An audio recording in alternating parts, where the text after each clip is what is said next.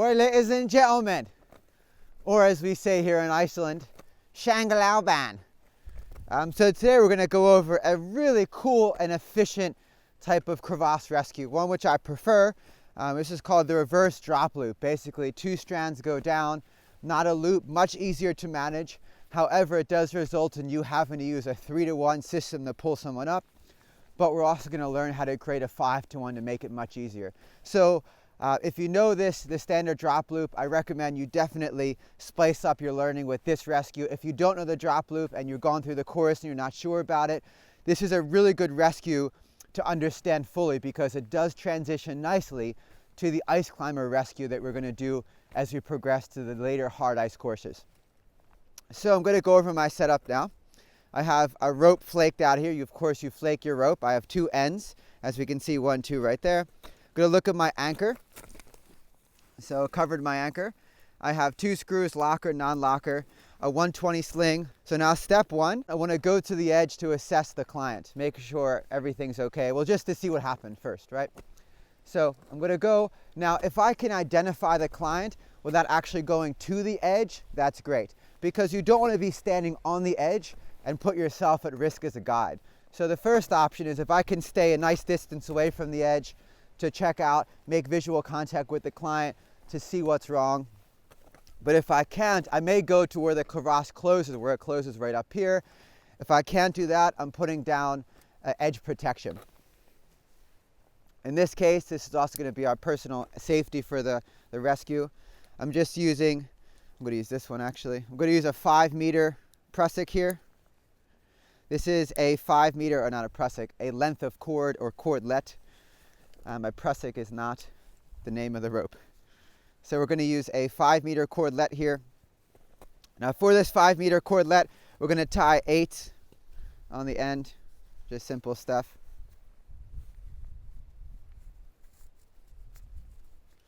Just like that, as you can see. You know what they say, clean knot every time, baby. All right. Just going to put this on a carabiner, up with the screw.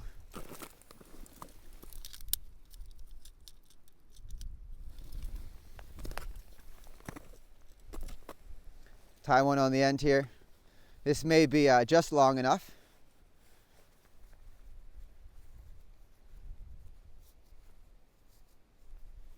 Okay. Let's put it on ourselves and check. So this is good right now. I identified the client over there playing with his GoPro. That's why I fell into the hole, because he was messing with his GoPro. Still doing it. But he looks like he's fine, but he can come up for some reason. So what we're going to do now first, we're going to go down. We're going to put 2 ends down. Now we're going to get both ends of the rope. We're going to take both ends. The first thing we're going to do when we have strands going down, we're always going to put something on the end. So I'm going to put just a figure 8 here on the end of this one.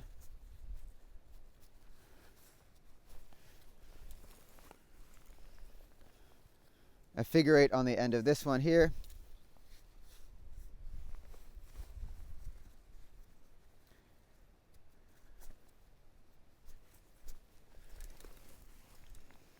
Okay, and now both these strands I'm going to bring to the edge.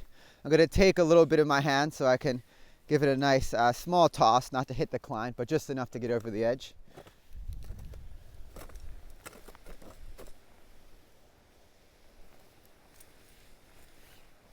I'm going to keep feeding slack over the edge of both strands until both strands are about 1 meter below the client. Okay, I'm going to follow both these strands up without pulling the slack from the bottom. So I'm just going to pull my hand along the strand here. All right, so now I have 2 strands down here at the anchor. What I'm going to do is put 1 strand, I'm going to put that in ATC and guide mode, and the second strand I'm going to put as a figure 8 in the shelf. But you could reverse that. You can put the figure 8 that you're going to rappel on in the focal and the ATC guide mode in the shelf. It doesn't matter for this rescue, either one. But I'm just going to put the ATC and guide mode in the focal point and the figure 8 on a bite in the shelf here that I'll be rappelling on.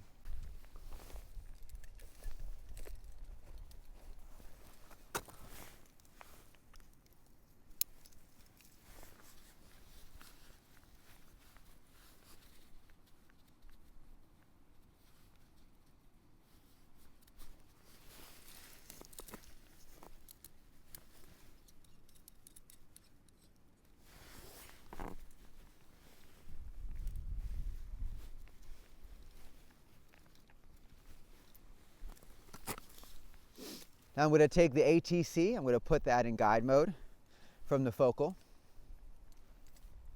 And as I said, it doesn't matter if you reverse this, whether it's shelf or focal.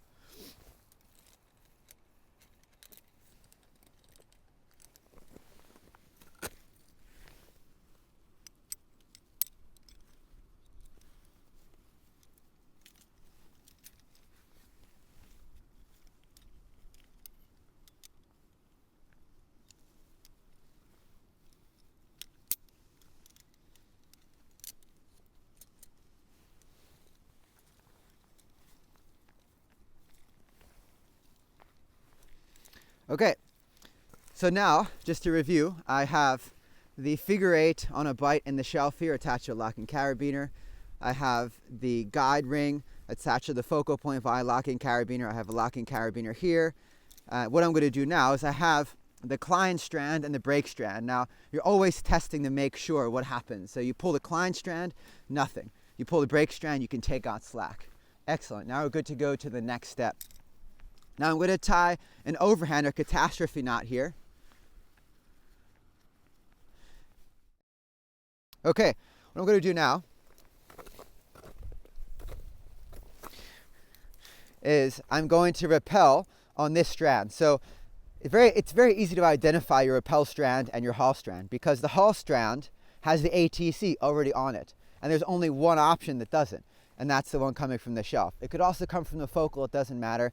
But it's the strand without the ATC in guide mode, which means you now have to rappel in a munter hitch. So if you're not familiar with that, I suggest that you practice before you do anything over a crevasse, do it in a barn or something, but definitely get familiar with rappelling with the munter hitch. So we're going to put a prusik on top as well for this.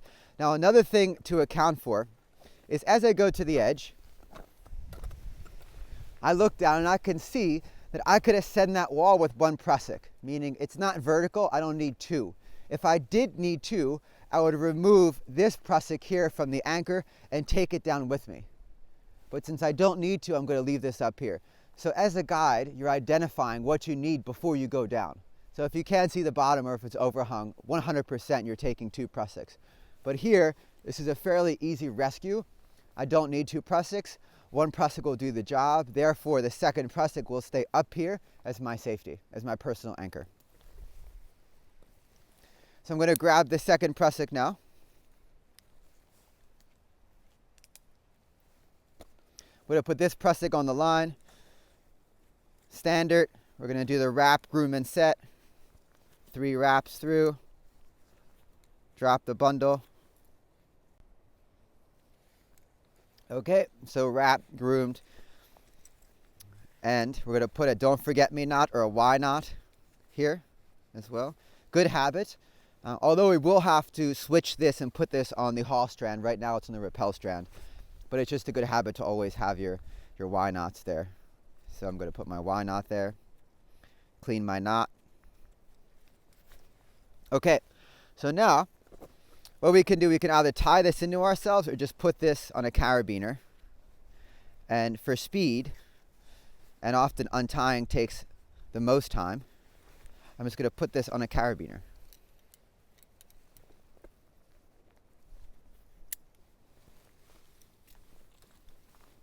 And you can measure this by either going to the far head or you can just extend your forearm straight, and if you can grip it, then it's good. If it's out here, if you're straight arm, you're too long.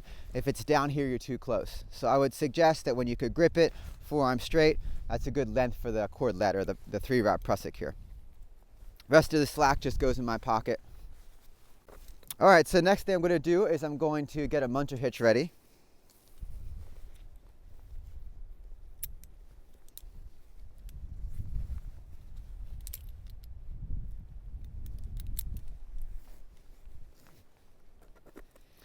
Okay, so this is my setup right now. Just to review again, we have the shelf, which has a locking carabiner coming down to me, single strand going down, not a loop. And then you have the carabiner there attaching to the guide ring on the ATC, the Hall strand going down with an 8 on the end. There is a catastrophe knot, as we can see here on the brake strand.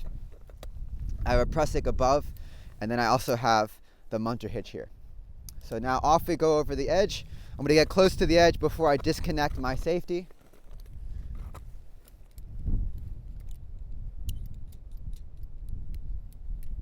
I'm going to continue over the edge, minding my prusik, making sure I'm holding the munter hitch brake strand as well, nice and tight.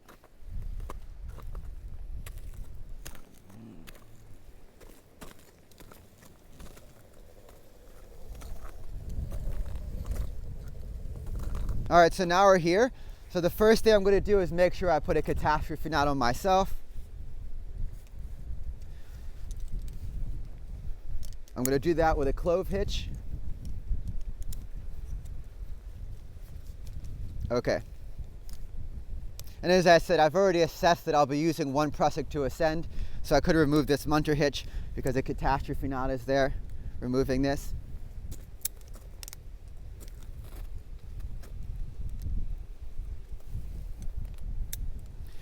Now here's the really nice thing about this. So I have a single strand coming down, and this would be the client strand here that the haul is going to happen on. I'm just going to get a triple locking carabiner. I'm going to attach this triple locking carabiner to the client.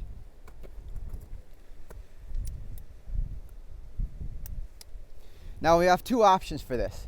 The easiest option is probably just to do an 8, for example. And what we would do is just stretch this 8 down to the client. And that's the easiest option there, making sure your knot is nice and dressed. So this is the easiest option, and the rope is relatively taut. I could make it tighter doing the next option, which we'll see, but that is probably the easiest at this point, is just to make sure that you have an 8 a little higher, pull the 8 down, attach it to the carabiner, and then you head on up. What we're going to do instead now is we're going to do a munter hitch. And we're going to make that munter hitch tight, mule the munter, put the overhand back into the carabiner, and do the haul on that. So let's go through that process now.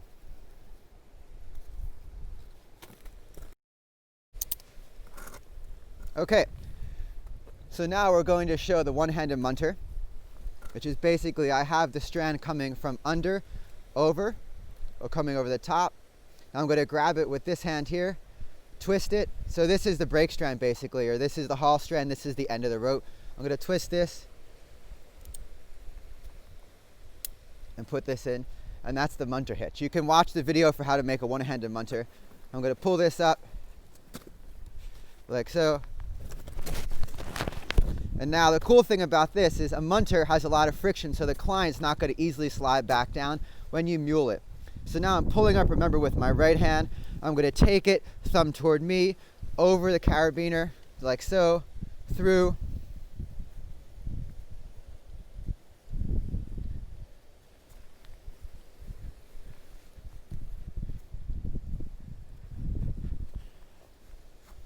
Now I'm just going to make an overhand here. Attach this.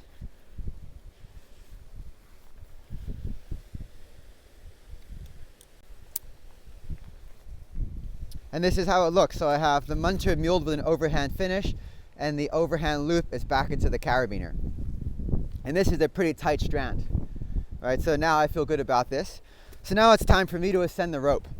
So as I said, I have at this point a 1 prusik, because I believe I can front point up this wall, very confident with it. I'm going to make sure to mind this clove hitch as I ascend. So I'm going to take out some slack now. Okay, and I'm going to pull the rope, unlock the prusik, slide this up, slide it up, and as I go up, the prusik is setting now, taking out more slack out of the munter, or out of the clove hitch. Same, grabbing the rope, unlocking, stepping up, setting it. Okay, now I'm over the edge. Just going to do this last, minding my clove hitch here. Okay, nice and easy. Now I have this personal anchor here. I can attach this to myself. Again.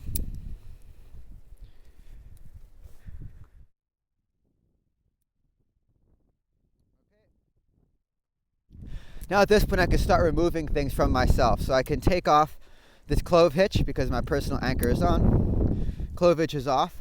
Now I also have this prusik here, I'm going to remove the prusik as well, because the prusik now has to go on the other strand. Now this is basically done. Okay. What I can do now as well, to clean this up a little bit, because I don't need another strand down. I just need one strand. So I'm just going to come up here. I'm just going to take this. I'm just going to bring this up here. Now we only have one strand going down, and that strand is going down to the client. This is my haul strand. Very simple to see. And I'm attached to the personal anchor, attached to the screw up there. So now, what I'm going to do is I'm going to put the prusik back on.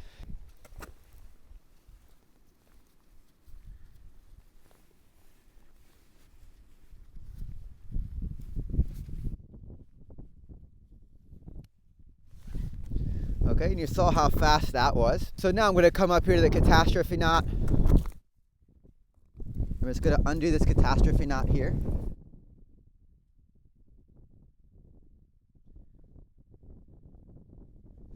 Nice firm grip of the brake strand.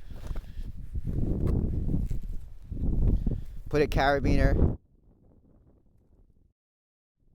Attach this carabiner to the brake strand. And now this here is a 3-to-1. What I'm going to do, I'm also going to stand by the anchor here. And this serves two purposes. It's nice to pull from here.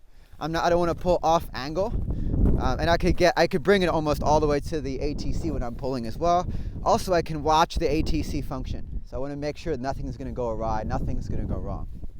When I'm taking the rope, I'm not wrapping it around my hands. Yeah. What I'm doing is I'm just taking a bite of the rope and coming down.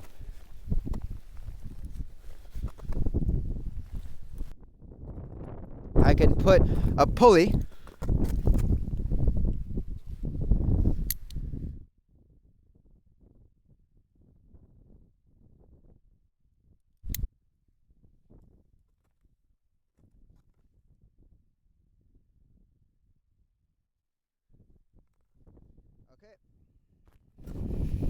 Same thing, when I come up here by the anchor, bite. And now this is much easier. Now we're going to say that this is too hard to do. We're going to do a 5-to-1 right now. Okay, so I'm going to drop this. I'm going to go hands-free again. I'm going to take this, put an overhand here. Okay, so how do we go with a 5-to-1? What we're going to use for the 5-to-1 is actually we're going to use the rappel rope for the 5-to-1. So this is why I like this setup here. Very, very simple setup. First, I'm going to remove it.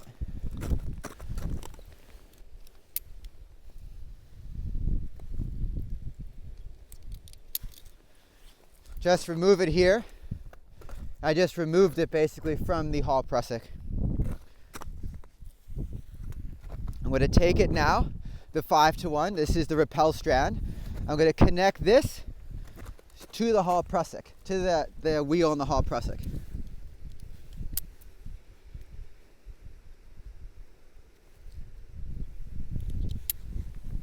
And now, I put this all the way to the edge because I want to make sure I have the maximum pull. I'm just going to put an 8 here.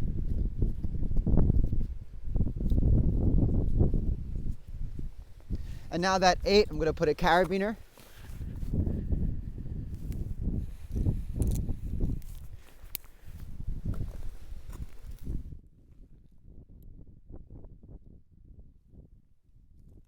And now, the strand, the original brake strand, if we look again, we can see the original brake strand now. I'm going to undo this. I'm going to hold the brake strand, comes back down, and it goes into the carabiner. Let's see if I can make sure keep everything separate so you can see it well.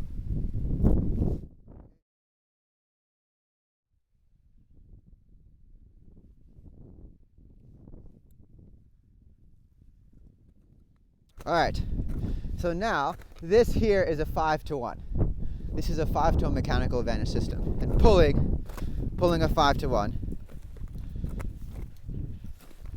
Now this is much, much easier here. Very, very easy to do this 5-to-1. Now the only problem is I have to reset more often because as you can see, this carabiner now is basically at the point I have to reset.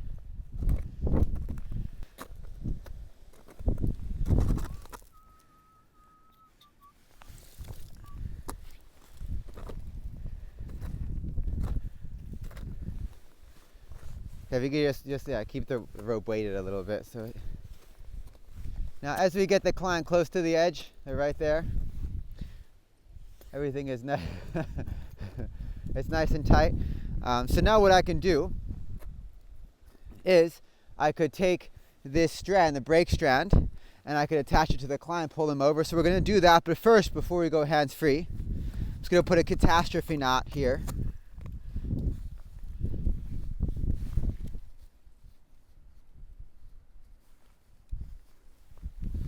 So a catastrophe knot's there.